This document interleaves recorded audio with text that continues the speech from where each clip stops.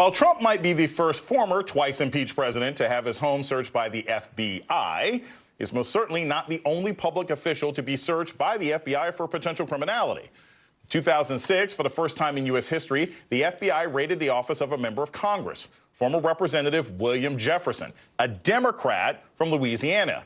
The FBI suspected that he was using his official position to solicit bribes. Agents raided his office and carted off documents and computer hard drives. That's not all they found. Well, Democratic Congressman William Jefferson of New Orleans is under investigation for corruption and possible bribery charges. In brand new court documents, the FBI says it has videotape of Jefferson accepting a $100,000 bribe, which was later stashed in his freezer. It's an icebox where his money used to be. Jefferson was later convicted and ultimately sentenced to 13 years in prison, the longest sentence ever handed down to a member of Congress. Just last January, the home of Democratic Congressman Henry Cuellar was searched by the FBI no less than 2 months before a March primary, which he eventually won. Cuellar denied any wrongdoing. And last year, federal investigators executed a search warrant at the home of Rudy Giuliani, seizing cell phones and computers and probably some hair gel. Joining me now is Michael Beschloss, NBC News presidential historian. Michael, thank you so much. As a political scientist, I am intimidated and impressed by historians, so I always love the opportunity to chat with you. Right back at you, Jason. I feel the same way about great political scientists like you. I have to say, we always talk about we're living in these sort of historic times. Put this in context.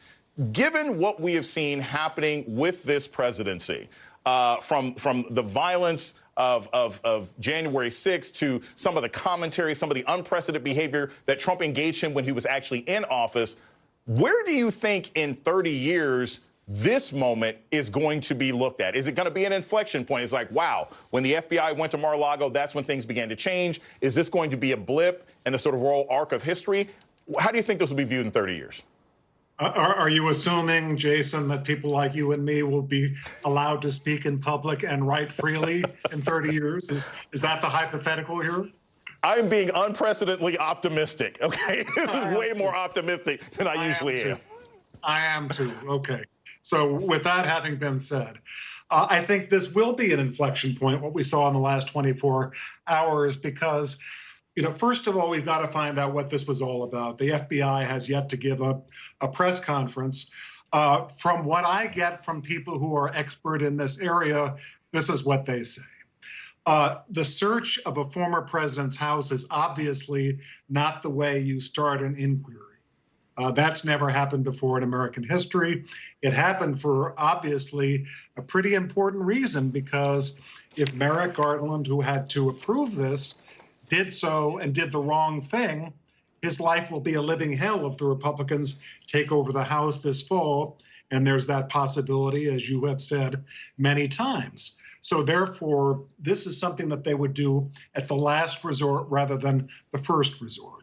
And so why would they have done this? They probably did this because National Archives started a process of communicating with Trump's lawyers saying, we're not questioning motives here, but you took 15 boxes of largely classified documents to Mar-a-Lago. That's against the law.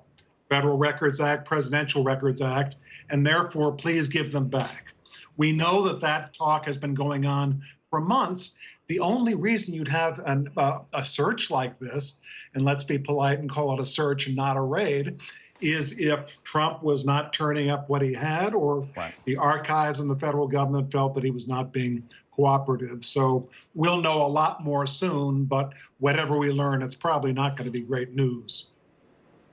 So when it comes to looking at the last 25, 30 years, we've had major congressional hearings, right? We had hearings about Oliver North. We had hearings about Benghazi. We've had hearings on everything. We had hearings on the Affordable Care Act. The Republicans have threatened that if they take over the House, they will gum up the last 2 years of President Biden's first term in office with nothing but hearings about this investigation.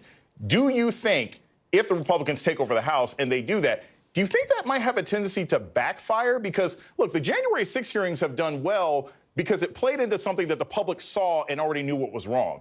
I don't know if an investigation into Merrick Garland is going to give the sort of benefits to Republicans that they think it's going to give them.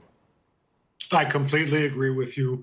And even furthermore, think of what Kevin McCarthy has said in the last 24 hours. This is someone who wants to be Speaker. He expects to be Speaker. Even if the Republicans win, he may not be Speaker because Trump could be just as disloyal to him as he has to everyone else and, tip it to Jim Jordan or something like this.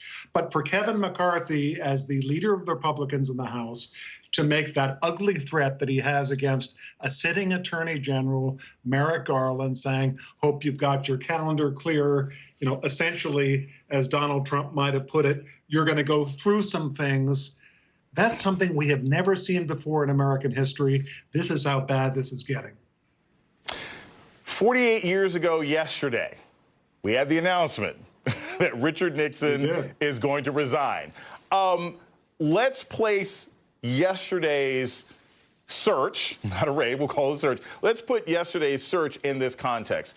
In 50 years, we're jumping not just 30, 50 years, will we be looking back at this particular moment in the same way that we look at Nixon's resignation? Because, look, Nixon's resignation is something that everybody learned about in school. It was not just seen as a change politically, but it was a change in the country. The country had never seen a president say, I'm just going to step down from office because I don't want to handle this. I am not a crook. Do you think this might be viewed the same way, or might this be the beginning of more troubles? I think it's going to show us how much this country has changed for the worst. 48 years ago, as you well know, from studying it, not remembering it, Nixon put out tapes that showed that he had obstructed justice. He had told the FBI not to investigate the Watergate break-in, which almost every Republican member of the House and Senate concluded that's obstruction of justice, that's impeachable, goodbye. Nowadays, instead of that, you've got a situation where, Republican leaders in both houses, no matter what Donald Trump does, it's hear no evil, see no evil, speak no evil.